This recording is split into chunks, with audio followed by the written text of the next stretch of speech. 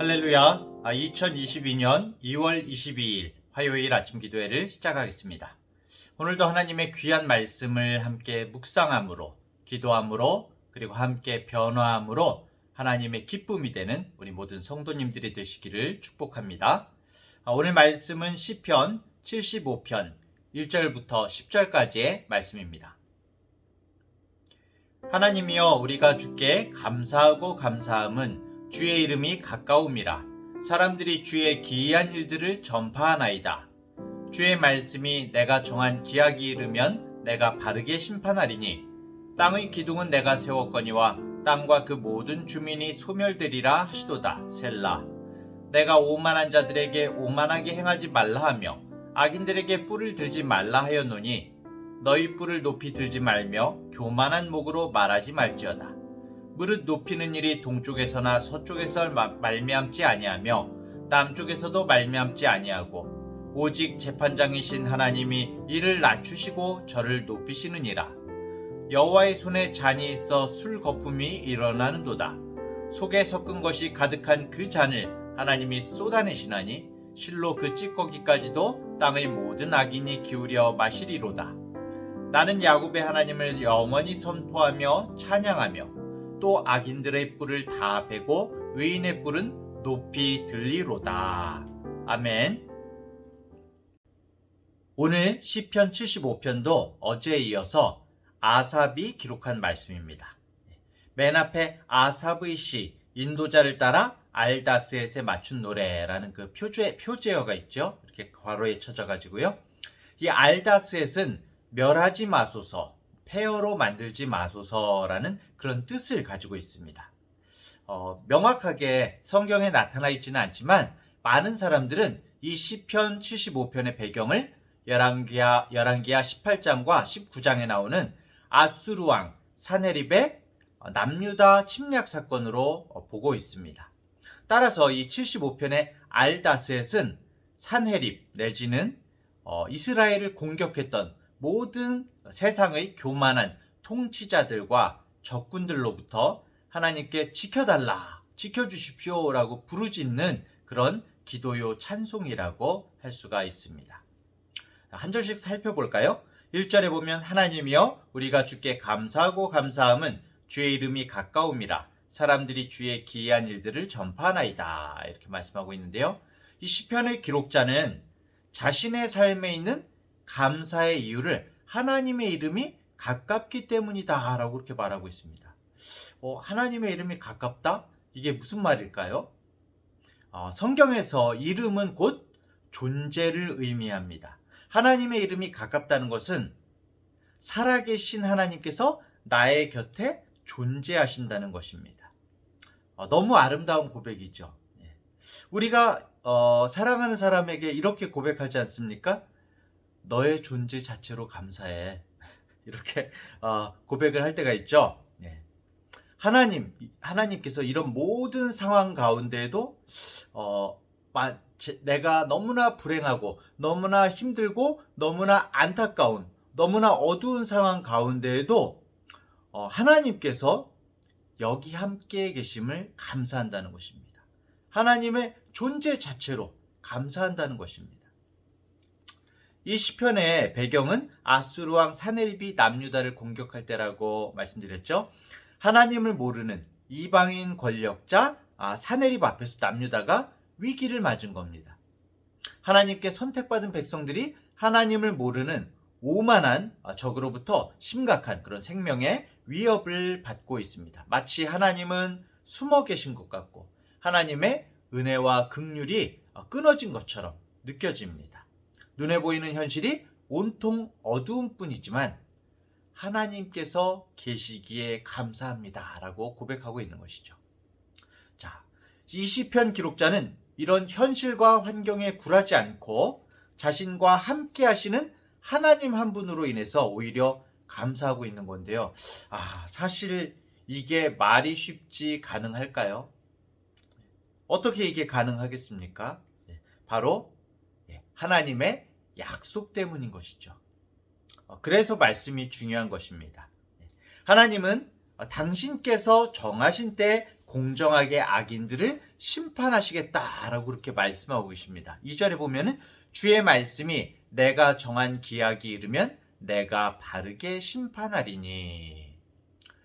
당장은 위기가 앞을 가리고 하나님께서 악인들을 잠시 허용하시지만 하나님이 정하신 어느 시점이 되면 하나님께서 반드시 악인들을 심판하시겠다. 하나님의 의지가 강조되고 있는 그런 표현인 것이죠. 그렇다면 누가 그 심판의 대상입니까? 4절부터 5절에 보면 바로 내가 오만한 자들에게 오만하게 행하지 말라 하며 악인들에게 뿔을 들지 말라 하였노니 너희 뿔을 높이 들지 말며 교만한 목으로 말하지 말지어다. 이렇게 말씀하고 있습니다. 심판의 대상이 바로 오만한 자들과 악인들이죠. 오만한 자들은 늘 자신을 높이고 다른 사람들을 무시하는 사람들이죠. 악인들은 버릇이 없고 무례하고 뻔뻔한 사람들입니다. 성도 여러분, 여러분들은 하나님을 믿지 않는 사람들의 공통점을 알고 계십니까? 방금 전에 제가 얘기했었죠. 바로 오만하고 교만한 것입니다. 하나님을 믿지 않는 사람들, 불신앙의 사람들은 하나님의 존재를 모르고 사는 세상의 권세자들이죠. 이 사람들은 하나님의 도움이 없어도 된다고 하고 뭐든지 자신이 중심이 되어서 스스로 할 수 있다고 말을 합니다. 하나님의 도움이 없이 자신이 스스로 할 수 있다는 것이죠. 마치 세상의 중심에 자신이 서서 모든 것이 자기 위주로 돌아가야 한다고 그런 생각을 가진 사람인 것입니다. 하지만 하나님은 오만하고 악한 사람들에게 그런 삶을 살아서는 안 된다라고 이렇게 단호하게 경고하고 계시죠. 하나님께서 그런 경고를 하시는 이유가 3절에 나와 있습니다. 땅의 기둥은 내가 세웠거니와 땅과 그 모든 주민이 소멸되리라. 셀라. 사실 이 말씀을 좀 더 이제 자연스럽게 번역을 했다면은 요 앞과 뒤를 조금 바뀌었어야 됐거든요. 세상의 모든 것이 소멸하지만 땅의 기둥을 붙들고 서 있는 것은 바로 나이다 라고 이렇게 해석을 해야 자연스럽습니다. 때로는 우리 눈에 힘과 권력을 가진 사람들이 세상을 지배하고 운영해가는 것처럼 보입니다. 그들은 마음먹은 대로 다 하는 것 같고, 그렇죠? 그들의 삶에 있는 풍성함은 영원히 유지될 것처럼 보여집니다. 심지어는 그런 사람들에 의해서 하나님의 사람들이 피해를 입고 짓밟히는 그런 현실을 보기도 합니다. 하지만 우리는 결코 오만하고 악한 자들에게 하나님의 나라와 하나님의 백성들의 미래가 달려있지 않다는 것을 기억해야 하는 것입니다. 하나님의 말씀이 그렇게 말씀하시지 않기 때문이죠. 하나님의 말씀은 분명하게 이루어지기 때문이죠. 땅의 기초, 땅의 기둥을 붙들고 계신 분은 바로 하나님이십니다. 이 세상의 모든 질서를 만드시고 유지하시는 분이 하나님이시라는 거죠. 힘과 권력을 가진 사람들이 제멋대로 이 세상을 다스리고 똑똑해 보이는 사람들이 그들의 지혜와 지식으로 세상을 운영해 가는 것처럼 보이고 많은 물질을 가진 사람들이 그들의 소유를 사용해서 세상의 많은 것들을 오히려 더 가지려고 하는 것 때문에 하나님의 사람들이 흔들리고 비틀리고 망할 것 같지만은 하나님이 그렇게 허락하시지 않는다는 것입니다. 하나님께서 이 땅의 모든 질서를 견고하게 붙들고 계시기 때문입니다. 내가 이렇게 붙들고 있다라고 하나님께서 말씀하시는 것이죠.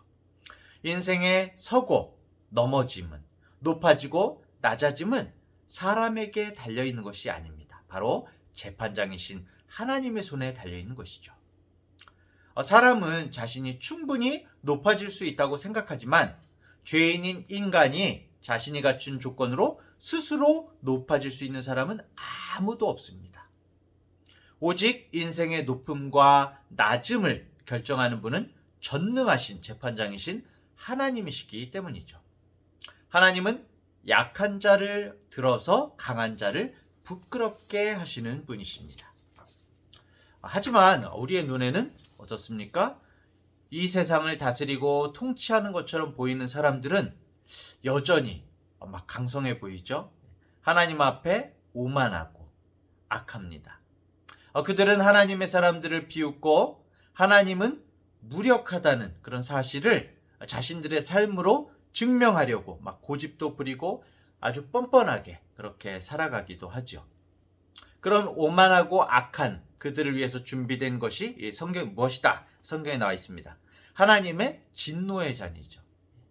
그들이 여호와의 손에 들려있는 잔에 얼마나 많은 진노를 담았는지 이제는 그 잔이 가득 차서 하나님께서 곧 쏟아내실 것인데 그 잔에 담겨있는 진노를 조금도 남기지 아니하고 다 오만하고 악한 그들의 입으로 쏟아내실 것이다 라고 그렇게 말씀을 하고 있는 것이죠.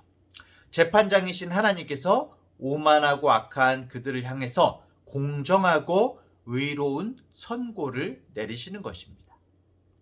결국 하나님이 오만하고 악한 사람들을 하나님의 때에 철저하게 낮추신다. 이 말씀 앞에서 시편의 기록자는 그 말씀을 정말 마음 가운데 받아들이면서 재판관이신 하나님을 찬양하고 있는 것입니다. 하나님은 오만하고 악한 사람들의 뿔은 여기서 이제 자랑거리, 세상의 자랑이거든요. 그들의 자랑거리들을 베어버리시고 오히려 의인들의 인생을 높여주실 것이다. 이렇게 말씀하는 것입니다. 사랑하는 대학교의 성도 여러분, 우리는 하나님이 높여주시는 방법이 아니라 우리 스스로 높아지고자 그런 방법을 선호할 때가 많이 있습니다. 그렇기 때문에 우리는 하나님에 의해서 높아지는 방법이 무엇인지 알아야 하는데요. 그 정답은 바로 빌립보서 2장 5절부터 11절의 말씀입니다. 너희 안에 이 마음을 품으라. 곧 그리스도 예수의 마음이니 그는 근본 하나님의 본체시나 하나님과 동등됨을 취할 것으로 여기지 아니하시고 오히려 자기를 비워 종의 형체를 가지사 사람들과 같이 되셨고 사람의 모양으로 나타나사 자기를 낮추시고 죽기까지 복종하셨으니 곧 십자가에 죽으심이라. 이러므로 하나님이 그를 지극히 높여 모든 이름 위에 뛰어난 이름을 주사 하늘에 있는 자들과 땅에 있는 자들과 땅 아래에 있는 자들로 모든 무릎을 예수의 이름에 꿇게 하시고 모든 입으로 예수 그리스도를 주라 시인하여 하나님 아버지께 영광을 돌리게 하셨느니라. 아멘. 하나님께서는 이 낮아짐의 길을 걸으신 예수님을 지극히 높은 자리에 세워주셨습니다. 마찬가지로 우리도 기꺼이 낮아짐의 길을 선택할 때에 하나님께서 기뻐하시며 우리를 바른 곳에 세워주실 것입니다. 이렇게 스스로 낮아짐을 선택할 수 있는 사람은 어떻습니까? 세상의 모든 것은 절대 우연이 없으며 우연이란 것은 없죠. 다 하나님의 손안에 있다는 것을 믿으며 오늘도 하나님이 나를 바른 길과 진리로 하나님의 은혜와 섭리로 인도하신다는 분명한 믿음을 가진 사람, 이 사람이 바로 하나님께서 기뻐하시는 사람인 것이죠. 성도 여러분, 오만하지 말고 겸손하십시다. 스스로를 높이지 말고 주님의 기뻐하심 가운데 주님 앞에서 낮아짐으로 오히려 주님께서 우리를 옮겨주심을 바라십시다. 우리 자신의 것으로 높아지는 것이 아니라 하나님의 방법인 낮아짐으로 높아지시는 우리 성도님들 되시기 바랍니다. 그렇게 사는 이 한날 되시기를 간절히 주님의 이름으로 축복합니다. 기도하겠습니다. 사랑하는 주님, 세상 가운데 악인들이 잘 되는 것을 부러워했습니다. 악인들이 그들의 것으로 이 세상에서 떵떵거리며 사는 모습을 볼 때에 그렇게 놔두신 하나님을 이해할 수 없기도 했습니다.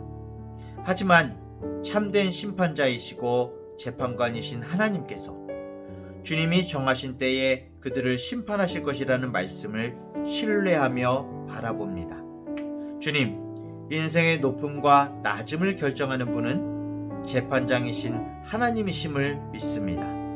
하나님은 약한 자를 들어서 강한 자를 부끄럽게 하시는 분이심을 생각합니다. 오만하고 악한 자를 미워하시는 주님, 주님의 기뻐하시는 자가 되기를 간절히 원합니다.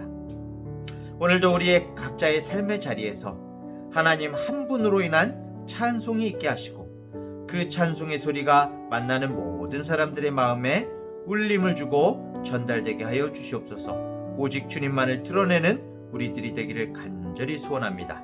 예수님의 이름으로 기도합니다. 아멘.